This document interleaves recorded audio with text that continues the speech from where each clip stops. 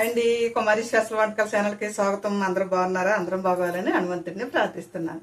ఈ రోజు అయితే మీకు చూపించబోయేది మనకి రాగి పిండితో ఉప్మా అనమాట. చాలా బాగుంటుందండి. మనం డైట్ చేసే వాళ్ళకైనా సరే, మనం ముసలికైనా పిల్లలకైనా కూడా మనకి రాగి పిండి అనేసరికి ఎముకలకి బలం అనమాట.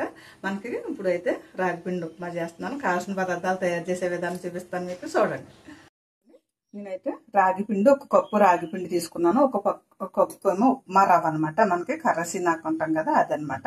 మనకి ఇందులో కావాల్సింది మినపప్పు, శనగపప్పు, ఆవాలు, జీలకర్ర, జీడిపప్పు, అలాగే మనకి ఉల్లిపాయలు, పచ్చిమిరకాయలు, అలాగే కొద్దిగా అల్లం, అలాగే మనకి కరివేపాకు, కొద్దిగా 2 స్పూన్లు నెయ్యి.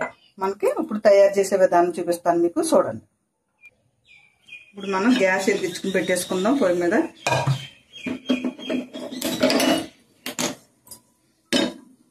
ఇప్పుడు ఒక 2 స్పూన్లు మనం నెయ్యి వేసుకుందాం. నూనె కన్నా నెయ్యి బెస్ట్ అండి. మీకు ఆప్షనల్ అండి. నెయ్యి కలితే నెయ్యి వేసుకోండి, నూనె కలితే నూనె వేసుకోండి. నేనైతే నెయ్యి వేస్తున్నాను. ఒక 2 స్పూన్లు నెయ్యి వేసాను. మనకి పప్పులు అయితే వేగుతున్నాయి. మినపప్పు, శనగపప్పు, ఆవాలు కూడా వేసేసుకుందాం.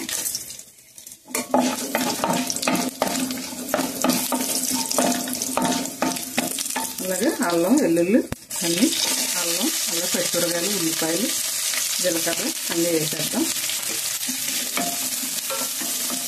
ఫ్రెష్గా ఉంది. ఇప్పుడు మన చెట్టుగా కోసుకొచ్చింది.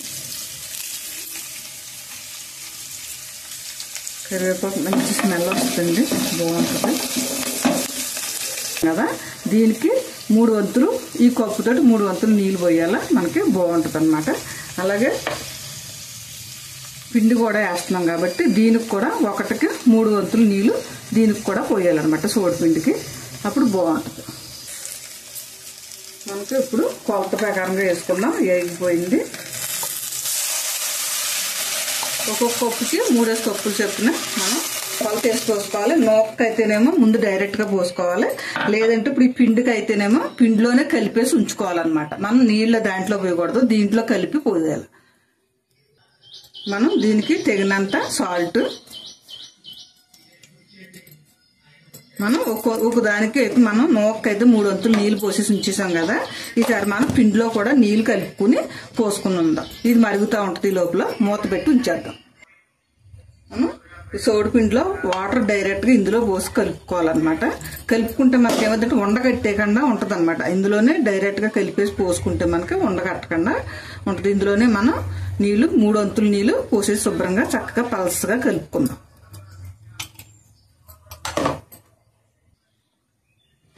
మనకైతే నీళ్ళైతే మరిగిపోతున్నాయి. ఇప్పుడైతే మనకి చక్కగా నూకైతే పోసేస్తున్నాను నేను.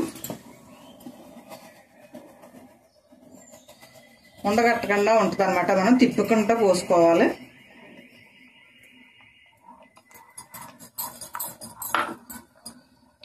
మనం ఇప్పుడు ఈ వాటర్ కలిపి ఉంచుకున్నాం కదా, దీన్ని కూడా ఈ పిండిని కూడా పోసేసుకోవాలి.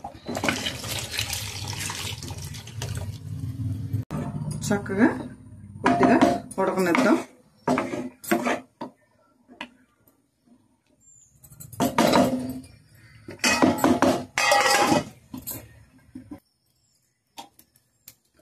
మళ్ళీ ఒకసారి మనం కలుపుదాం.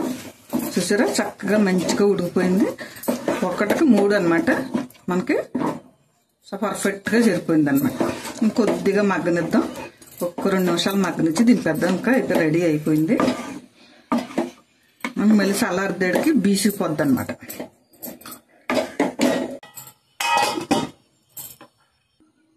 మనకి కొత్తిమీర కూడా వేస్తున్నాను. నేను ఏం చేశానంటే కొత్తిమీర కొంచెం ఎండలో ఎండబెట్టాను అనమాట. కొద్దిగా ఆరనిచ్చాను. మన పచ్చిదైతే కుళ్ళిపోతుంది. మనకి రోజు ఏదో దాంట్లో వేసుకోవడానికి ఉండాలంటే కొద్దిగా మీరైనా సరే ఎండలో కొద్దిగా ఒక పొలుపు అలాగే ఆరనిస్తే మనకి తెడ అంతా పోయి పోడవకుండా ఉంటుంది అనమాట. మనకి ఎండినా కానీ దాంట్లో ఉన్న ఫ్లేవర్ అయితే మట్టుకి మనకి తగ్గదు అనమాట, బాగుంటుంది. ఓకే అండి, ఈసారి అయితే మనకి ఉడికిపోయింది. కట్టేస్తున్నాను. ఇంకా అయిపోయింది. వేరే బౌల్లో కూడా తీసుకుందాం. ఇదిగోండి, మనకి సోడిపిండి ఉప్మా అయితే రెడీ అయిపోయింది. జీడిపప్పు అది వేసుకుని చేసుకున్న మంచిగా ఆరోగ్యమైన మనకి సోడిపిండి ఉప్మా అనమాట. ఇదిగోండి మనకైతే సోడిపిండి ఉప్మా అయితే రెడీ అయిపోయింది. మనం ఏంటంటే డైట్ లో ఉన్నప్పుడు కూడా మనం ఇలాగా అప్పుడప్పుడు ఇలా చేసుకుంటా ఉండాలండి. మనం ఒకే రకం కాకుండా అన్ని రకాలు ట్రై చేస్తూ ఉంటే చాలా బాగుంటుంది. మన పెద్ద వయసులకైనా చిన్నపిల్లలకైనా సరే కాళ్ళు నొప్పులు, నడుము నొప్పులు ఇలాంటివన్నీ లేకుండా కూడా బాగుంటాయి అనమాట. ఓకే అండి, కావాల్సిన పదార్థాలు తయారు చేసే విధానం చూపించాను కదా మీకు. మీరు కూడా ఇలా తయారు చేసుకుని తినండి, చాలా బాగుంటుంది అనమాట. తినడానికి బాగుంటుంది, ఆరోగ్యకరమైన ఫుడ్ అనమాట. ఓకేనండి, నెక్స్ట్ దగ్గర ప్లే చేయండి, షేర్ చేయండి, బెల్ ఐకాన్ నొక్కండి. బాయ్ అండి.